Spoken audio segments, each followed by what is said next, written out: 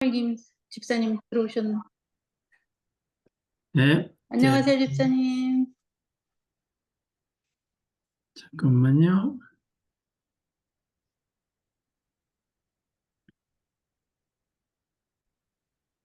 예. 오늘은 제4부 소명을 분별하라 하는 책인데. 밑에 트랜스크립트 나오네요. 예, 잠깐만요.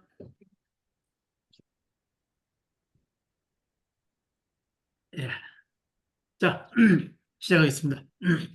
오늘은 우리의 소명을 어떻게 분별할 수 있는가 하는 제4부에서 첫 번째, 제12가의 직업과 소명의 구분에 관해서 우리 한번 따라보겠습니다. 그 앞에 나오는 첫 번째 말이 필릭스 브룩스란 말이 한 사람만이 오 주님, 제 힘에 걸맞는 일을 달라고 기도하지 않고 제 일에 걸맞는 힘을 달라고 기도하겠습니다. 무슨 뜻이냐면 내가 지금 하고 있는 일이 우리의 소명일지 모른다는 겁니다. 그래서 내가 어떤 힘을 가지고 내가 원하는, 내가 생각하는 어떤 큰 일을 하는 것이 아니라 지금 내가 하고 있는 일에 걸맞는 힘을 달라고 기도해야 된다고 말하고 있습니다. 그 다음에 토마스 무어란 분은 선하신 주님, 우리가 기도하는 것이 우리에게 그것을 위해 애쓸 수 있는 은혜를 주십시오 하고 말하고 있습니다. 그래서 결국 우리가 직업과 소명의 구분에 대해서 알아보겠지만 우리가 현재 하고 있는 일에 최선을 다할 때 우리는 주님의 소명에 가까이 갈 수, 주님께서 주신 소명에 가까이 갈 수 있는 것 같습니다. 잠깐만요. 이거 제가 하나만. 네. 잠깐만요. 제가. 예. 좀 내리고요. 저는 오케이. 종종 소명을 위해서는 직업들이 사용되기도 합니다. 그러나 때론 직업이 오히려 소명의 발견이나 추구를 방해할 수가 있습니다. 즉 뭐냐면은 트랜스크립션을 꺼주세요. 네, 우리가 추구하는 우리가 추구하는 것이 과연 그것이 하나님의 뜻 안에 거하고 있나 그 속에 있는가를 살펴봐야지. 만일 그렇지 않을 때는 우리가 지금 하고 있는 직업이 우리의 소명을 우리가 방해할 수 있는 것입니다. 때로는 이따가 나오겠지만 우리가 세상에 직업이 추구하는 바가 세상이 추구하는 바가 많기 때문에 하나님께서 추구하시는 바와는 좀 다를 수 있습니다. 직업에 세 가지 문제점이 있다 그럽니다. 모든 소명이 구체적 직업을 통해서 실현하는 것은 아닙니다. 그러니까 우리가 일반적으로 직업이 자기에게 주어진 직업이 하나님의 소명으로 드러날 때 있지만 그렇지 않을 경우도 있습니다. 왜냐하면 그 기준이 수입이나 어떤 경제적인 거나 지위나 명예나 이런 것 등의 다른 가치관에 좌우되어서 소명의 성공과 실패의 척도가 되는 경우가 있습니다. 그래서 우리는 남들이 우리가 심지어는 우리 하나님을 위해서 일할 때도 거기에 대한 가치 판단이 어떤 세상을 살면서 하나님 안에서 우리가 소명을 따라간다 할 때도 가치 판단이 우리가 명예나 돈이나 권력에 그러니까 좌우돼서는 안 되겠다는 것입니다. 때로는 직업이 소명이나 추구를 방해할 수 있다고 지금 미리 말해놨습니다. 사회 전체의 필요보다 자기 자신이나 소속 단체의 이익을 꾀하는 가치 기준에 달릴 수 있다 하고 말하고 있습니다. 이건 사실 우리 기독교 단체에서도 마찬가지입니다. 우리가 전체적인 우리 어떤 그 사회적 하나님이 말씀하신 그 사회적 가치관을 높이는 것보다 자기 교회 아니면은 자기 자신의 어떤 이득을 위해서 그것이 판단 기준이 되어질 수가 있습니다. 어떤 소명은 결코 공식적인 직업이 될 수 없다 그럽니다. 직업이 가져다 주는 권력, 지위, 수입에 집착하고 있습니다. 우리가 하나님의 일을 할 때에도 또 그것이 과연 어떠한 값어치가 있고 가치관이 있는지를 따져보기 전에 그것이 거기서 그 직업으로 가지는 권력이나 지위 또는 월급이 얼마인지 이런 데에 집착하는 경우가 많습니다. 우리 문화는 사람의 가치를 봉사에 대한 헌신이 아니라 직업을 기준으로 평가하는 경우가 많습니다. 그래서 우리 그 각자의 우리가 일반적으로 그렇습니다. 우리가 우리 문화는 예를 들어서 여기 좀 나이들 다 드셨으니까 뭐 며느리나 그 사위를 구할 때도 또 이런 때도 보면은 그 가치 기준이 학력이 얼마 됐냐 또는 돈을 얼마나 버냐 어떤 일을 하느냐 뭐 어떤 권력을 갖고 있냐 이런 것이 판단 기준이 될 때가 많습니다. 직업은 협력보다는 경쟁을 추구하게 만듭니다. 그렇죠? 적자 생존이니까요. 나눔보다는 소유를 가지게 됩니다. 일단 소유를 해야지만이 자기의 가치관이 높아진다고 생각하기 때문에 봉사보다는 권력을 말합니다. 결국 봉사 그 자체에 힘이 있는 것이 아니라 봉사를 할 때도 봉사를 하는 그 권력에 치중하는 경우가 있습니다.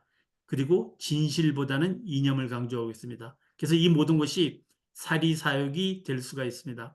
반면 소명은 우리가 커다란 가치관인 인간의 필요와 도덕적 기준과 전체적 시각을 고려한다 그럽니다.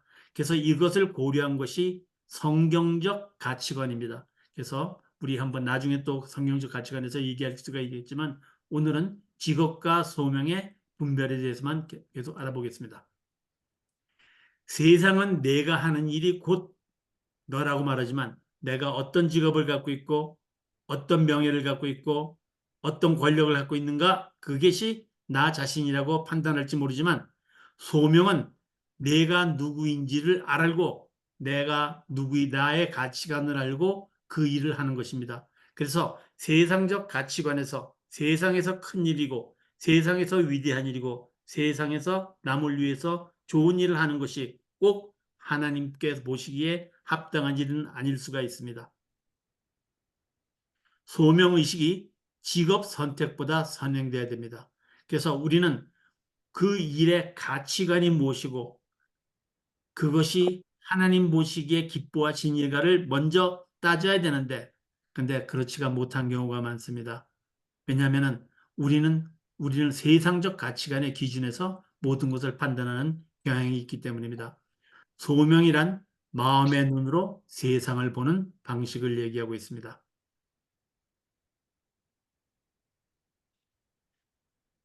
그리스도인에게 소명은 단 하나의 것이 아니고 복합적으로 다가오고 있습니다.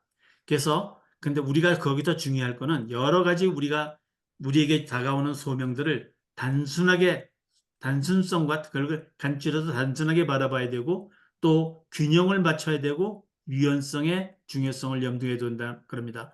우리 목회자분들 중에서도 우리 여기 덴버에 사시는 어떤 목사님의 그 아버님께서는 그 한국에서 그 일제시대나 이런 때 유명하신 목사님이셨습니다.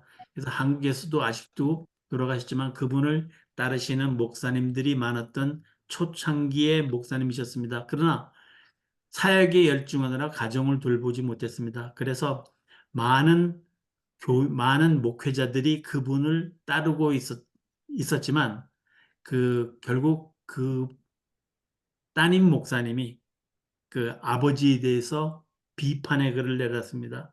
그것이 하나님이 주신 소명인지 가정을 핑계치고 사역만 열심히 한 것이 과연 하나님이 진짜로 원하셨던 건지 그래서 이 제럴 시저의 이 저자의 의견에 의하면은 단순성과 균형과 유연성을 우리는 굉장히 마음에 염두에 둔다. 유연성이란 것은 상황의 변화에 따라서 거기에 적절히 대처할 수 있는 능력을 말합니다.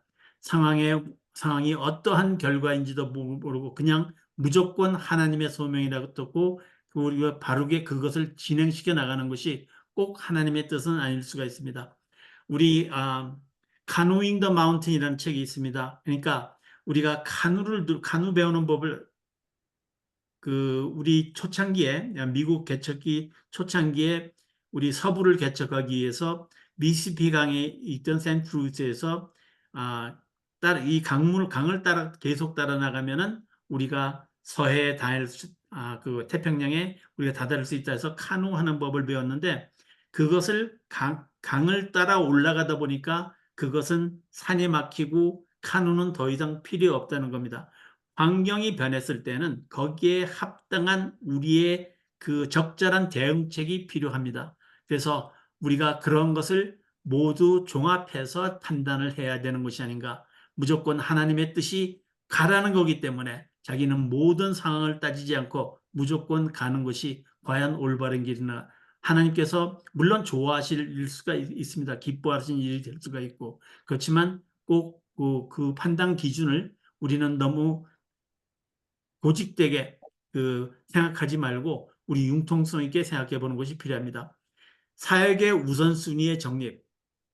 우리는 사역을 할 때에도 하나님에 대한 헌신, 교회에 대한 헌신, 세상에 대한 헌신을 잘 우선순위를 정합해야겠습니다. 우리 두려워 말라 할 때 두려워 말라는 것은 하나님을 먼저 두려워하라.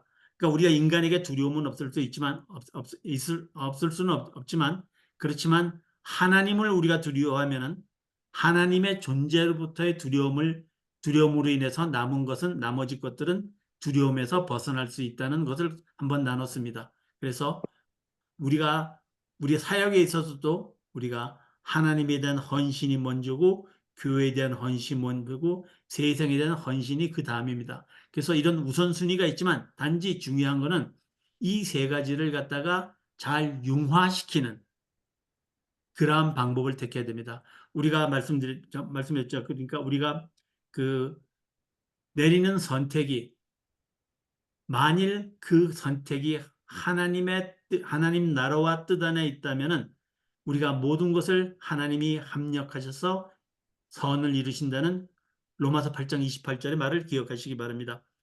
하나님의 사람들을 희생시키지 않고 하나님의 일을 할 수 있도록 사역을 정비하는 법을 배워야 됩니다. 무조건 몰아친다고 성과 기준으로 하는 것이 옳은 것은 아닙니다. 그리고 또 결과가 없다고 우리가 실망할 필요도 없습니다. 우리가 어떤 선교사님들은 또 이슬람 교도에 가신 분은 평생 전도를 하면서 4명, 5명밖에 못 하시는 분도 있지만 그분들의 노력은 하나님께서 기뻐하시고 반드시 또 하나님께서 좋은 결과로 나타내실 겁니다. 삶의 소명을 분별하는 소명의 의미는 인간의 소명을 이룰 때 우리는 하나님의 뜻을 행한다. 무슨 소리냐면은 우리는 교리란 것을 교회에서 배웁니다. 교리는 성경 말씀은 하나님께서 우리에게 주신 하나님의 계시입니다. 그것은 하드웨어입니다. 소위 말하는 컴퓨터로 얘기하는. 그리고 그 말씀을 듣고 그 당시에 사람들이 어떻게 이해했고 그것이 현재 우리에게 전해지는 우리에게 말하는 의미는 무엇이며 그러면 우리는 어떻게 살아야 되는가 하는 실생활에서의 적용이 소프트웨어입니다.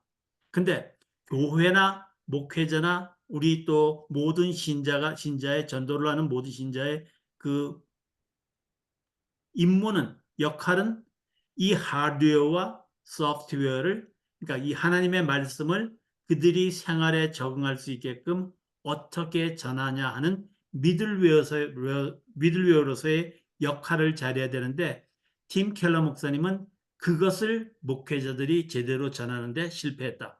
왜냐하면 저도 요새 가만히 공부하고 보고 있지만 우리가 말하는 교리 하나님의 계시입니다. 반드시 따라야겠죠. 그렇지만 우리가 그것을 사람들한테 전할 때 잘못하면 율법주의로 가게 됩니다.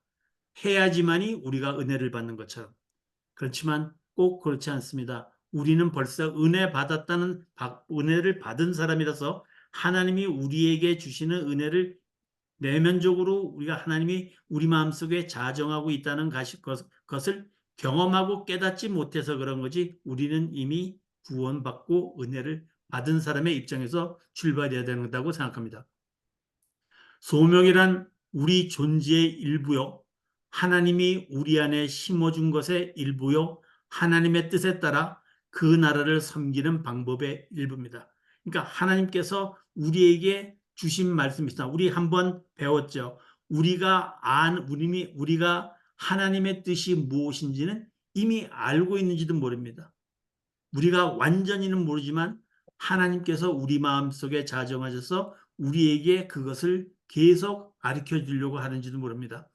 요한계시록에 있는 새 나라와 새 땅의 모든 것이 우리는 그 글로서 표현한 하나님의 크나큰 영광을 글로 표현한 거기 때문에 완전히 다 표현된 것은 아닐지도 모릅니다. 일부일지도 모릅니다.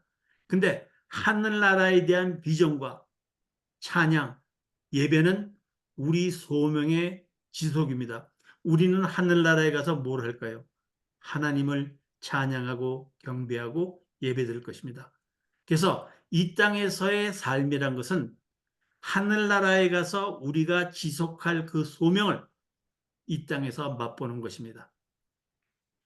일반 은총은 구원의 은혜가 아닙니다. 우리는 보통 계시라 그럴 때 일반 계시를 말하고 있는데 그 일반 계시는 구원의 은혜가 아니라 창조의 은혜라고 이분은 구별되게 얘기하고 있습니다. 하나님은 불신자들도 그분의 뜻에 맞게 사용하신다 그럽니다. 일반인들도 믿지 않는 사람도 얼마든지 하나님의 일에 선용되는 일을 할 수가 있습니다. 하나님은 모든 것을 주관하시는 분입니다. 고레스는 고레스로 인해서 고레스 칙령에 의해서 이스라엘 백성들이 고향으로 돌아갈 수 있게 됐죠. 70년 바벨론 노예 시절. 근데 그의 정치적 의도를 그는 그 당시 상황에서 자기의 외교적 수단으로서 그 어떤 행하신 그런 정책적 어떤 의도를 하나님은 거룩한 용도로 선하게 바꿔서 사용하신 것입니다. 신념과 의지가 어떻더라도 불신자들이 의도하지 않았더라도 그들도 공동선에 기하고 하나님 나라가 이루어져 나가는 일에 귀퉁이를 감당할 수 있다 그럽니다. 하나님은 그래서 단지 우리 믿는 사람뿐만 아니라 모든 사람들을 사용해서 하나님의 목적을 이루어 가실 것입니다. 그래서 우리는 어떤 사람을 대인관계에서 죄인은 미워하지 말아야 될지도 모릅니다. 왜냐하면 그들이 또 돌이켜서 우리와 영원을 같이 살 수 있는 사람이 될 뿐만 아니라 또 그들의 마음속에 하나님께서 그들의 마음속에 좌정하고 계실지도 모르기 때문입니다. 우리가 소명을 찾듯 소명 자체도 우리를 요구한다고 했습니다. 우리가 어떤 사물을 볼 때는 우리가 상대방도 우리를 갖다가 바르게 어떤 면에서는 쳐다보고 있을지 모릅니다. 그 플라톤의 동굴이라는 의미가 있습니다. 우리는 동굴에 매달려 갖고 그 동굴 입구에서 동굴 속을 바라보고 사는 사람인지도 모릅니다. 우리가 아는 것은 하나님의 주신 그 큰 빛을 우리는 쳐다보지 못하고 그 큰 빛을 인해서 동굴 속에 비치는 것들을 보고 우리는 하나님을 상상할지 모릅니다. C.S. 루이스도 말했습니다. 나는 하나님을 모르지만 태양을 직접 볼 수는 없지만 태양이 비쳐서 보이는 이 사물들의 전해진 빛을 보고 태양을 가늠한다 그랬습니다. 소명은 한 인간이 이 세상에서 부름받는 일, 그리고 평생 하도록 부름받는 일이다 하고 비크너는 말하고 있습니다. 인간이 직업을 선택하는 일도 가능하지만 직업이 인간을 선택하고 합니다. 결과적으로 돌아볼 때 여러분들이 지금 하고 계시는 일이 때로는 우리가 한국에서 공부한 것과 아니면 내가 하고 싶었던 것과 거리가 많이 떨어져 있는 경우가 있습니다. 그러나 그것이 하나님께서 나에게 준 소명일지도 모릅니다. 즉 직업이 주어지되 인간이 하나님이 주신 그 음성을 듣거나 듣지 못하는 것으로서 판단되어질 수가 있는 겁니다. 그러니까 존 칼빈은 하나님이 각 그리스도인에게 삶의 구체적 소명을 주시며 그 소명이 우리에게 자신이 행할 의미 있는 일, 세상을 살아가는 방식, 그리고 신적 목표의식을 가져간다고 그랬습니다. 그래서 우리는 내가 하고 싶은 일, 내가 보기에 하나님이 기뻐하신 일을 하려고 그러지만 우리 인생을 되돌아보면은 우리가 세속적 먹고 사는 일에 치중해서 직업을 고른 일이 많았습니다. 이제 문제는 그 직업을 하나님이 주신 일이라고 생각하고 최선을 다할 때 하나님께서는 소명으로서 그 일을 일하게 할 수 있는 것입니다. 소명은 모든 이에게 주어지는 독특한 것입니다. 모든 개인의 삶의 영역은 평생 무엇을 해야 할지 몰라 허송하지 않도록 주님이 정해주신 자리라는 것입니다.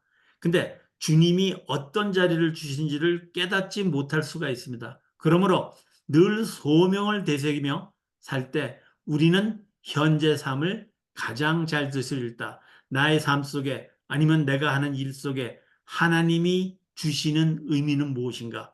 하나님의 뜻은 무엇인가를 한번 생각해 보면 우리가 쉽게 그것을 또 이해하고 그 가치를 판단할 수 있을지도 모릅니다. 하나님의 눈에 진정 귀하고 극히 주요해 보이지 않을 만큼 천하고 더러운 일은 없다 그럽니다. 아무리 작은 것도 하나님 눈에는 그렇지 않습니다. 소명을 따라 살 때 우리는 그 사실에서 유일한 위안을 받을 수 있습니다. 내가 지금 하는 일이 내가 지금 하는 일 그 자체가 아니라 거기에 대해서 내가 한 달 월급을 얼마 받고가 아니라 내가 하는 그 자체에 하나님이 나에게 주신 소명이 담겨 있다고 느낄 때 우리는 많은 위안을 받을 수가 있습니다. 우리 어떤 사람들은 그럽니다. 노인분, 움직이지 못하는 노인분들을 이렇게 보살피는 일을 합니다. 그래서 그분들은 치매 환자라든지 그래서 많은 힘들고 대화도 안 통하고 또는 때로는 피지컬 어뷰스도 당하기도 합니다. 그렇지만 그분들한테는 내가 아무리 지금 박봉에 지금 노력하고 있다지만 그분들한테는 나는 그분들한테 그분이 나를 판단할 때 그 가치 기준에는 내가 얼마를 받고 얼마 힘들고 하는 것은 없습니다. 그분들한테 나는 그냥 그저 가장 필요한 사람의 하나일 뿐입니다. 그래서 그런 면을 한번 생각해 봐야겠고, 그래서 자기 자신이 내가 나의 소명이 무엇인지를 제가 일주일에 매주 참여하는 단체 중에 하나가 MMFC라는 단체가 있습니다. Marked Men for Christ. 하나님께 인친 남자들입니다. 그래서 우리는 일주일에 한 번씩 맨 처음에 시작할 때 자기의 지난 일주일 생활을 돌아보면서 자기 삶을 돌아보고 거기서 가치를 찾으려고 합니다. 그래서 나는 하나님의 인친 남자로서 그 다음에 내가 지난 일 한 일을 우리가 가치를 한번 생각해 보는 시간을 가집니다. 여러분도 한번 보시기 바랍니다. 그것이 삶의 미션 스테이트먼트가 있습니다. 우리 비즈니스 경영에서도 다 미션 스테이트먼트라는 거 있습니다. 그렇지만 그것이 우리는 어떤 사물을 다룰 때가 아니라 나 자신을 다스릴 때도 미션 스테이트먼트가 필요한 것이 아닌가 생각합니다. 자, 그러면 우리는 어떻게 소명을 발견할 것인가? 또는 소명이 어떻게 우리를 발견하게 할 것인가? 내가 소명을 보듯이 소명도 우리를 바라보기 때문에 소명은 이미 우리 안에 있습니다. 그것은 봄이 오기를 기다리며 언 땅 속에서 잠자고 있는 씨앗처럼 우리가 눈 밑에서 지금 그 연약한 이파리들이 얼음 속을 뚫고 뛰어나와서 밖으로 나올 때 그 힘든 과정, 여정을 지나야지만이 우리는 제대로 된 모습이 나타나게 됩니다. 그래서 우리는 그러죠. 우리 고치가, 번데기가 나비로 변하는 과정을 여러분들이 잘 기억하셔야 됩니다. 그래서 우리는 그것을 발견하는 여정에 올라야지만이 하나님이 원하시는 쪽에 갈 수 있습니다. 그래서 그 과정 속에서는 우리가 힘들고 어렵고 고통스러울 수가 있습니다. 하기 싫은 게 더 많을 수가 있습니다. 그러나 그 길을 가야지만이 우리는 하나님의 나라에 하나님이 원하시는 곳에 갈 수가 있습니다. 우리 한 목사님은 인생은 광야를 지내는 것 같다고 했습니다. 그래서 이스라엘 백성들도 40년 광야 생활을 했습니다. 그게 무슨 뜻이냐면은 광야를 가면은 사람들이 지나갔던 길을 걸어야 됩니다. 아니면은 모래에 빠지거나 아니면 사막을 지날 때도 위험할 수가 있습니다. 근데 우리는 옆길을 보면은 저게 지름길 같고 저게 더 좋은 길 같고 편한 길 같고 우리는 산을 넘어가는데 저 사람들은 평지를 가니까 더 나은 것 같고 해서 그 길을 갈지도 모릅니다. 그러나 그 길은 하나님이 우리에게 주신 길이 아닐 수가 있습니다. 그 길을 갔을 때 결국은 우리는 다시 돌아와서 우리가 남들이 갔던 수많은 사람들이 경험으로서 하나님의 순종하며 갔던 그 길을 따라가야 될지도 모릅니다. 그래서 그것이 우리가 우리의 의지로 우리의 힘으로 능력으로 파악한 길을 갈 때 우리는 세상을 오히려 늦게 세상을 뚫고 나가는 길에 있어서 늦게 될지도 모릅니다. 그래서 우리 삶 속에서 과연 어떤 삶을 살아야 되는지 우리 생의 본분은 무엇인지를 따져보는 것이 다음 과가 되겠습니다. 그래서 13가에서는 생의 본분 찾기라는 것을 우리가 한번 다뤄보겠습니다. 소명을 찾아가는 것은 여행을 하는 것 같다. 그렇죠? 우리가 근데 여행을 할 때는 여기는 이제 책에서는 안 나왔지만 여행을 할 때는 우리가 그 목적지를 알아야 됩니다. 우리가 우리의 영성을 기르는 방법에서는 세 가지 것이 중요합니다. 첫 번째는 내가 누구며 하나님은 누구이며 그 하나님은 누구신가는 우리의 존재론적 언타올로지라는데 존재론적 위치를 파악해야 됩니다. 두 번째는 우리가 가는 길의 끝에 무엇이 있는지 하는 텔레올로지 목적론에 대해서 우리의 목적에 대해서 확고한 신념이 있어야 됩니다. 그러면은 그것을 중간에 그것을 우리가 그러한 확고한 우리의 존재와 목적하에서 가는 길은 여러 갈래가 있습니다. 그래서 어떤 분은 말씀하십니다. 산을 올라가는 길에는 여러 가지 방향이 있다. 그것이 쉬울 수가 있고 그것이 어려울 수가 있습니다. 근데 어려워서 돌아가는 것이 과연 그것이 옳은 것인가? 가치관에 좀 틀립니다. 선교사님이 그 태평양 그 남도 태평양 그 있는 섬에 가서 원주민들한테 말씀을 전할 때가 있었습니다. 그분들의 말씀을 전할 때에서 그러면 그 추장하고 내기를 했습니다. 100m 달리기를 해서 내가 이기면은 너희들이 다 나에게 순종하고 한 몇 개월 동안은 하나님의 말씀을 따라가 보고 너희들이 그렇지 않을 경우는 네가 이기면은 내가 포기하고 그냥 가겠다. 그날부터 이 성견사님은 많은 노력을 했습니다. 그래서 다른 박질도 하고 연습하고 푸시업도 하고 여러 가지를 했습니다. 결전의 날 자기는 이제 요이 땅 하고 시작하니까 죽으라고 딸려보니까 뒤에 추장은 천천히 춤추면서 그냥 슬로우 스텝으로 걸어오고 있었습니다. 그래서 자기는 이 사람들을 이제 전도할 수 있다 하는 사명감으로 열심히 뛰어서 100m를 결승전 지점을 통과했을 때 추장한테 가서 이제 내가 이겼으니 당신들은 전부 나를 따라서 같이 성경 공부를 합시다. 했더니 추장의 말은 달랐습니다. 추장은 자기가 더 아름답게 쳤다. 인생을 사는 데 있어서도 과연 빨리 가는 것이 옳은 것인지 아니면은 자기의 그 달리는 순간에 달리는 것에 대한 가치를 깨닫고 기쁨으로 달리는지 거기에는 차이가 있습니다. 화가가 그림을 그리거나 연인이 사랑에 빠진 일과 같이 그 여정에 가치를 두어야 됩니다. 여행 자체로 의미가 있고 실패도 성공 못지않게 의미가 있습니다. 우리는 그 여정에 오름으로써 소명을 발견한다 그랬습니다. 근데 그 과정 속에서 우리는 많은 시도를 하고 실험을 하고 실행을 하지만 또 우리는 그 속에서 실패도 경험할 수가 있습니다. 실패 없는 성공은 없습니다. 우리가 그 베드로의 그 3번 부인과 3번의 예수님께서 내가 나를 사랑하느냐고 물으신 그러한 우리 요한복음 21장을 한번 여러분들이 상상해 보시기 바랍니다. 물론 그 사건은 예수님께서 그 베드로에게 그의 잘못을 가르쳐주고, 그렇지만 예수님께서 그것을 용서하는 것을 감사로 받아들이라는 뜻으로 하나의 훈련의 과정으로 시작하셨을 겁니다.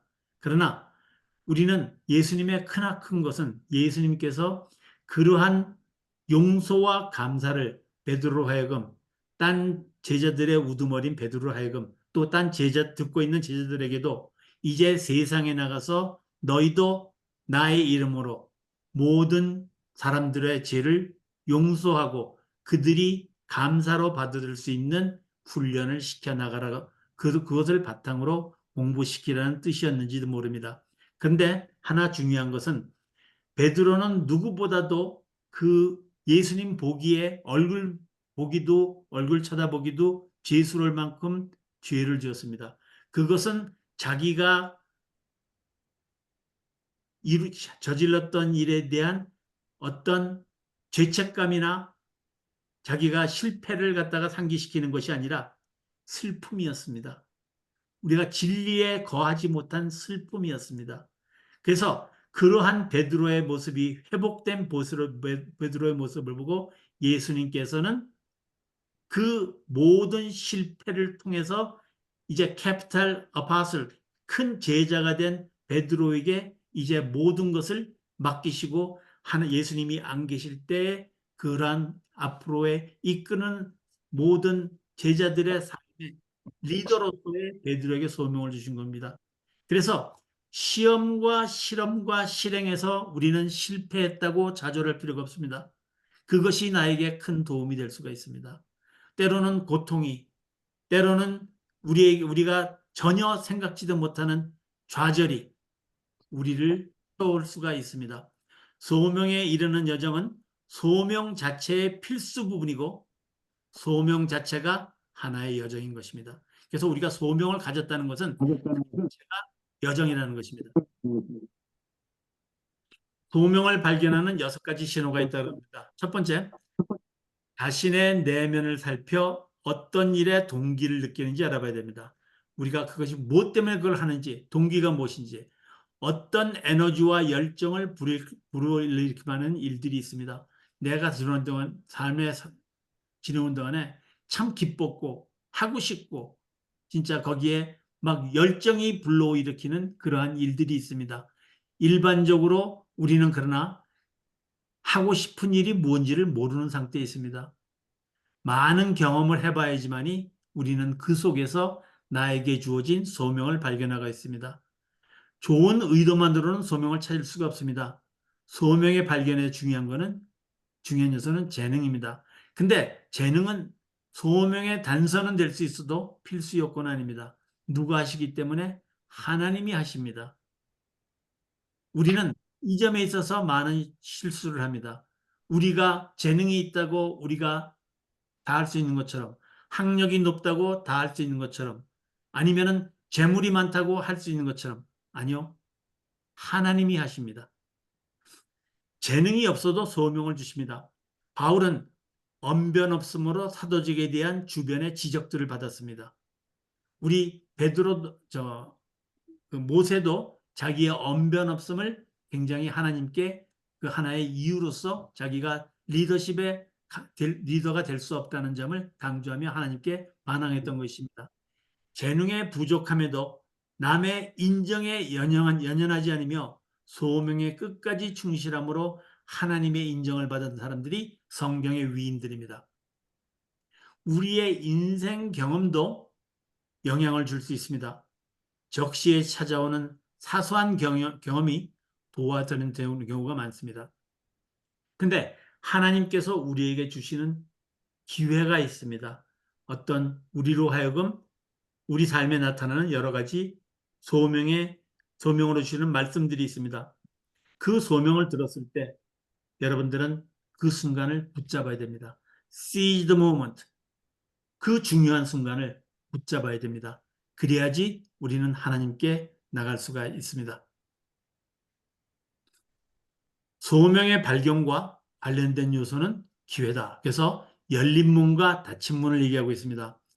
엘리자베스 엘리어트는 기회는 환경이다.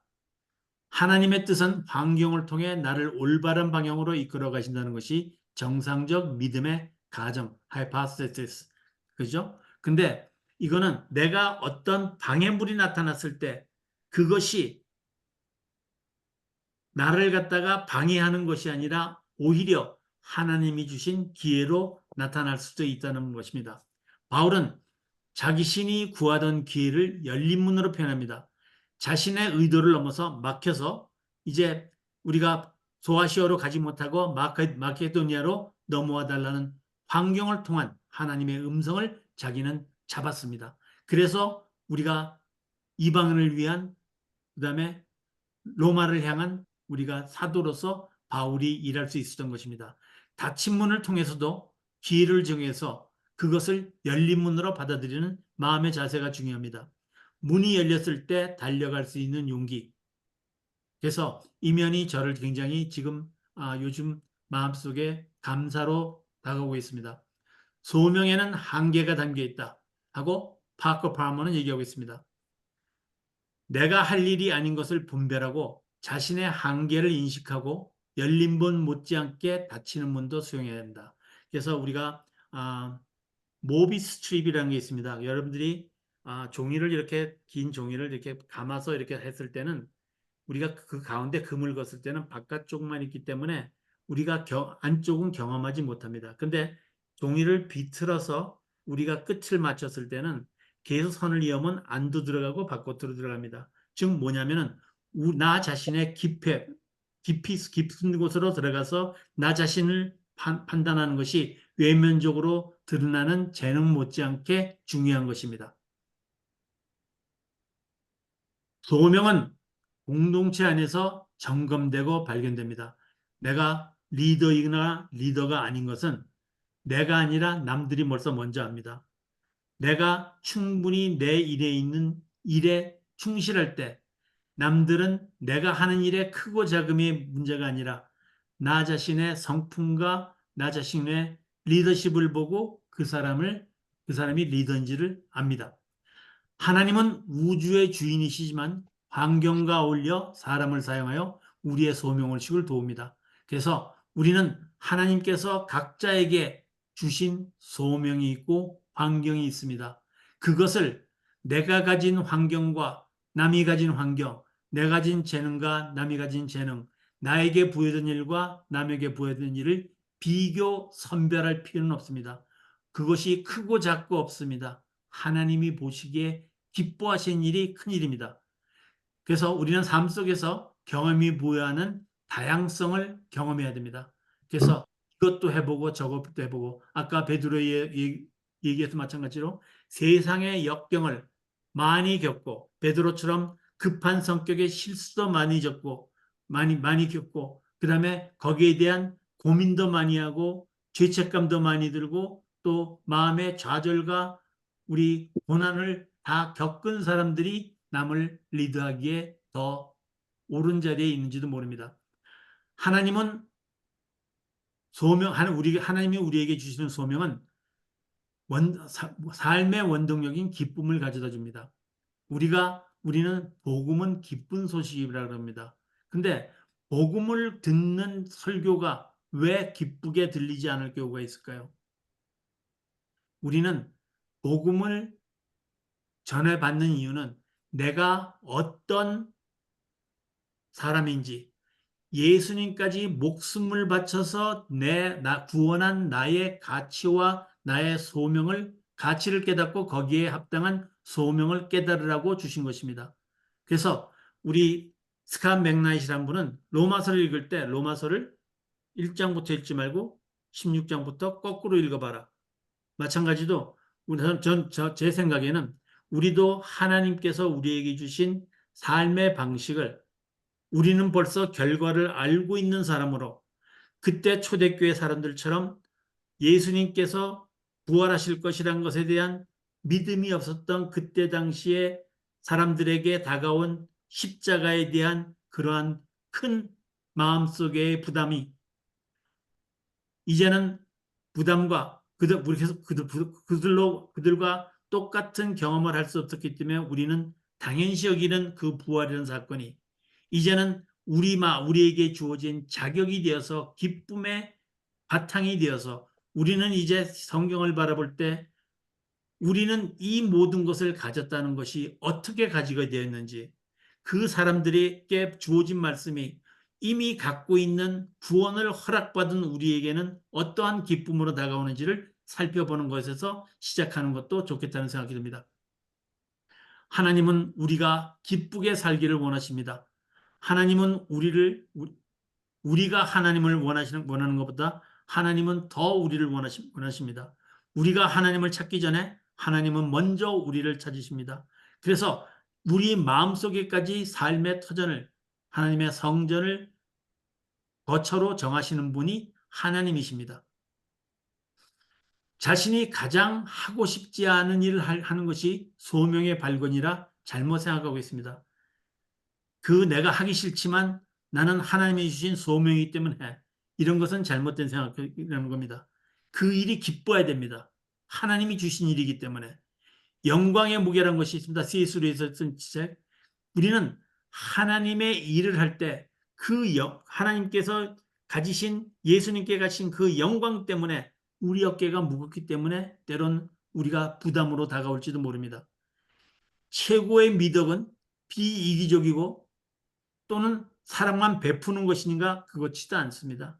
그 기준이 무엇인가가 중요하고 그 속에서 느끼는 기쁨으로 우리가 내면적 기쁨을 느끼면서 그것을 대해야 되는 것이 중요합니다.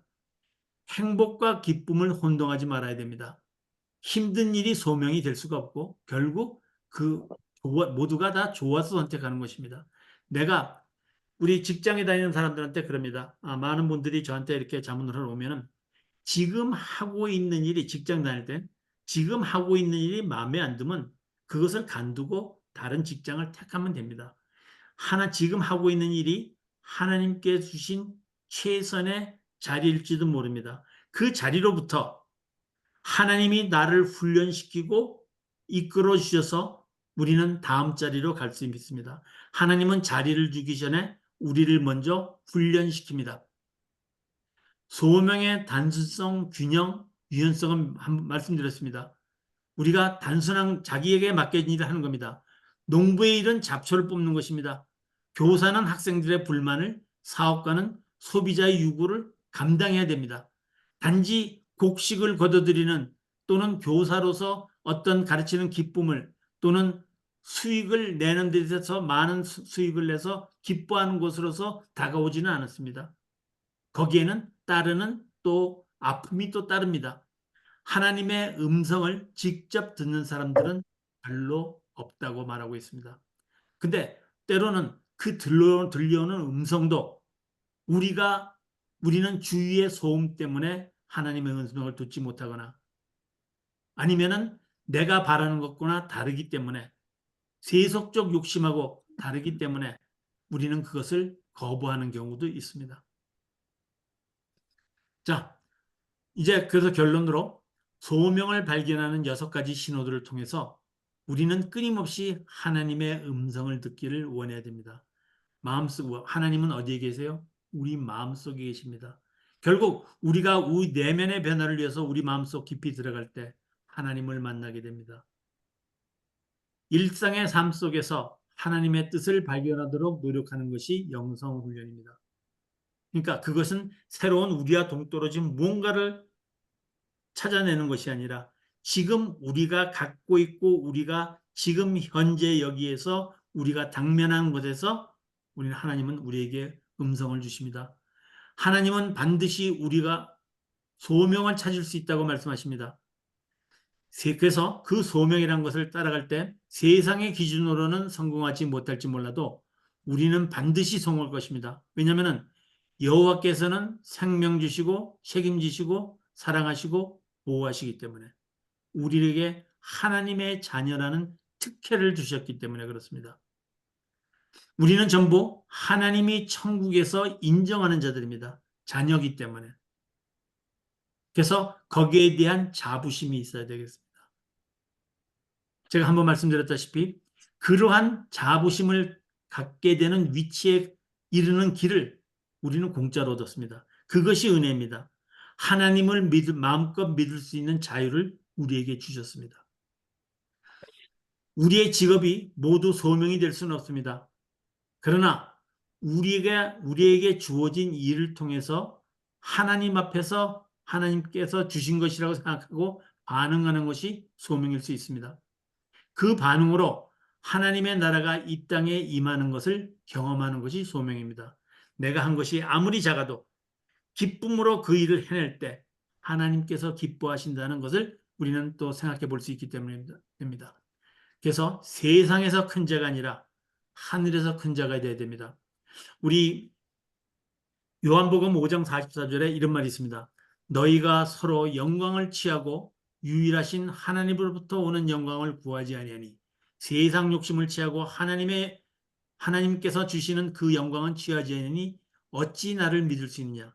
예수님을 따르면서 그런 자세로 따르는 것은 안 된다는 겁니다. 우리 미켈란젤로라는 사람이 시스턴에 그 벽화를 그렸습니다. 그래서 그것을 오랜 시간에 걸쳐서 마쳤습니다. 그래서 제자가 가서 이제 다 끝났습니까? 했더니 아무 말도 안 하시고 그 그림을 또 보고 또 보고 수정한 것을 찾았습니다. 그래서 이제는 다 끝났다 하고 제자 가서 이제 끝났지요 하니까 아니 예수님이 보시기에는 이 그림을 보기에 뭐라고 할까 하면서 계속 그 그림을 수정해 나갔다고 합니다. 빌리 그레함 목사님은 한 사람이 물었습니다. 이 세상에서 많은 곳을 전 세계를 달리면서 목회를 하셨는데 그 오랫동안 빌리 그레함 목사님께 생각하시는 가장 큰 교인, 위대한 교인은 어떤 분이었습니까? 하고 물었을 때 빌리 그레함이 그렇게 얘기했습니다. 지금 아프리카 정글에서 무명으로 아무도 알아주지 않는 데서 최선을 다하시는 교인들. 왜냐하면 그분들이 무명으로 일했기 때문에 아무도 이름을 모르지만 그분들이 가장 위대하신 분이다. 왜냐하면 하나님께서 인정하시는 분이기 때문에. 우리 가까운 예로 우리 그 한경직 목사님이나 이재철 목사님 같은 분도 은퇴하시고 그랬죠.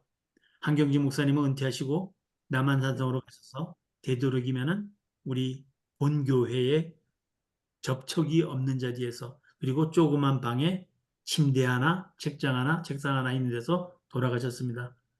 이재철 목사님도 떠나실 때 자기가 저 시골로 가면서 아무도 나를 찾지 말고 마지막 예배 때 그러셨습니다. 이제는 나의 이름 석자 이재철이라는 이름을 잊어달라고.